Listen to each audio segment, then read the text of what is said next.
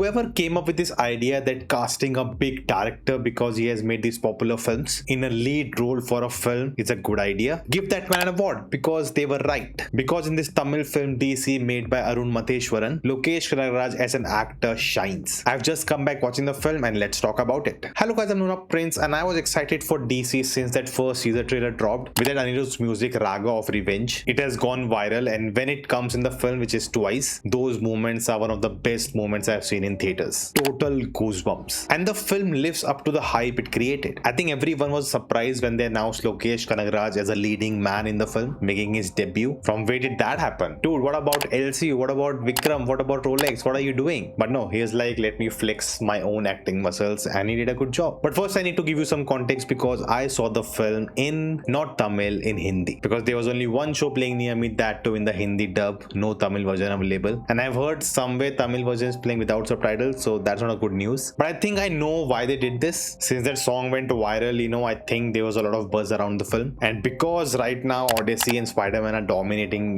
the box office, they have taken most of the screens. I'm sure DC was not getting enough screens to put both versions out there. So maybe they thought putting out the Hindi version outside Tamil Nadu would be a better bet. But to be honest, the dubbing was okay. It's like, once you get into it, once you are into the film, you don't mind it, but it was not the best. And I think especially for Tamil, because I think the framing of sentences is very different in Tamil. The way they speak is different in Tamil. So to dub that exactly, like there were moments where the characters were speaking something, but the dubbing line was already over. And those moments actually threw you out of the film. For me, the major issue with the film was the dub, but nevertheless, I got to watch the film. Now, this actor's first film was Rocky, which I never saw because it's not available anywhere. Then came, I think, Sani Kaidam, which was on Amazon Prime during COVID, and again a very brutal revenge western thriller. Then came Captain Miller with Dhanush, again a western film, during Independence era. Very cool idea. Maybe it dragged a bit long, but still a very well made film. And now we have DC, again a western thriller, but this time a very interesting twist to it because they have taken the concept of Devdas. Not exactly the plot, but its characters are inspired from those. Lokesh Kanagaraj is playing Devdas, and he carries those attributes. He gets angry, he's away from his family, he's a drunkard. Then we have Paro, who he falls in love with, and in between them there's Chandramukhi, who was a courtesan in the original, and here she's a prostitute. As I said, the plot is very different from the original Devdas, but still they kind of create this love triangle between them and spun a whole revenge saga with it. It is bold, it is bloody, the action is very well choreographed, and it is actually built up so well. Like the high moments in the film when Raga of Revenge plays, oh my god, it is so earned. Like one of the best interval sequence I would say of the year. I don't think any mass film has even come close to it. I was like hyped up. I was like, yes, the song is here, the visual is matching it, the energy is here, I'm getting goosebumps. And then again when that song comes back, epic. Because it's not just the song, the visuals are matching it. The storytelling is so good that we are at a moment where you want your characters to fight back, be on the top, walk in slow motion, fire their shots. And when it happens with the music, with the slow motion, with the effects, crazy. And I would say this film is this director's most commercial film yet. Even Captain Miller was not this commercial. And there were a lot of good massy moments there, but this one takes it to another level. Now, pacing is something which is a thing with this director. He takes his time to set up everything, and he does the same here. I think the first 20-25 minutes he spent time to build it up, and I think it's the moment where Wamiqa Gabbi's character shows up in the film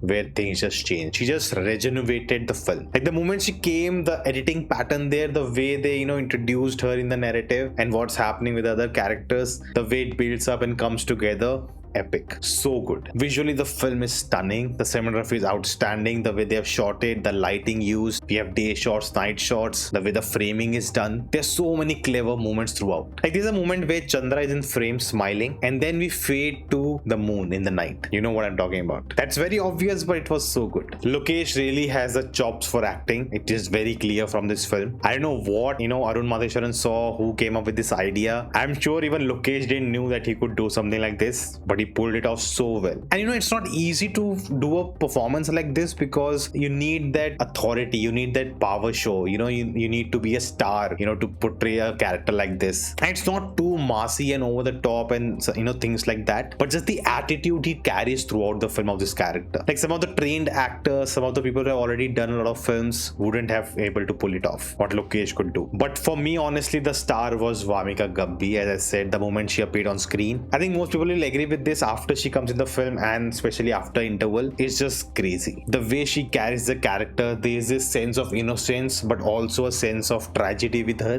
what she has gone through. But she's also new to this world. She's, wide-eyed, looking at things around. Her body language, the way she walks, you know why she's walking like that. She is a haunted soul, but still there is a spirit in her. There's almost this childlike energy that is there, and she captured it beautifully. Like, there are so many good moments you can talk about from the film. There is one where she just unleashes. It's a very long single take. She's just bursting out crying, and Lokesh is trying to hold her down, and it's not a typical one trying to console her, but in a very aggressive way, and that makes sense considering their characters. At no point we get into the backstory of the characters, what they went through. It just told to us through dialogues. That's it, and it's for us to build that backstory and understand the motivation of the characters. You can tell the writing is so good because you understand the characters and why they are doing certain things, why they are behaving in such a way. Because when you do that, you don't need to explain everything, you don't need to explain every moment. It's for the audience to decipher it. Now, this film has the tropes of a western. It is a lawless land. It's mostly happening around 2011. It's very dry. You can see it in the color grading also. And at moments, if you think too much about certain stuff that happens in the film, you may wonder like, how is this even possible? But I feel the film keeps you engaged enough that you don't even go there asking those questions. There's a constant chase between the cops and our characters. It's almost a Tom and Jerry situation. Police is after them, they get caught, then they escape, again they get caught, they escape.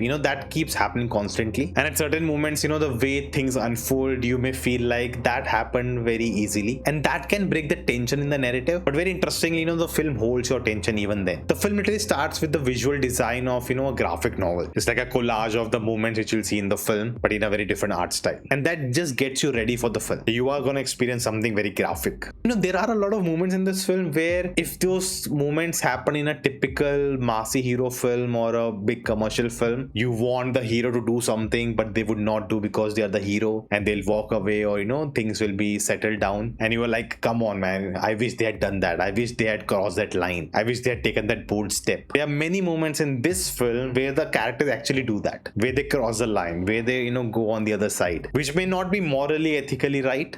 In a way, the protagonists are not the good guys. Actually, they are against the law, but there's a reason why they are doing certain things, but still it's against the law. But you want to support them, and you want them to win and fire back, and it is a conflict that you have to go through in the mind. But at the end, with that amazing music and stunning visuals, it's a treat to watch. So those are my thoughts on Tamil film DC. What are your? Do let me in the comments below. If you haven't seen my top 10 films of the year so far, check out that list. Some very surprising choices you'll find there. If you enjoyed, do like, share, subscribe for more, and I will see you next time.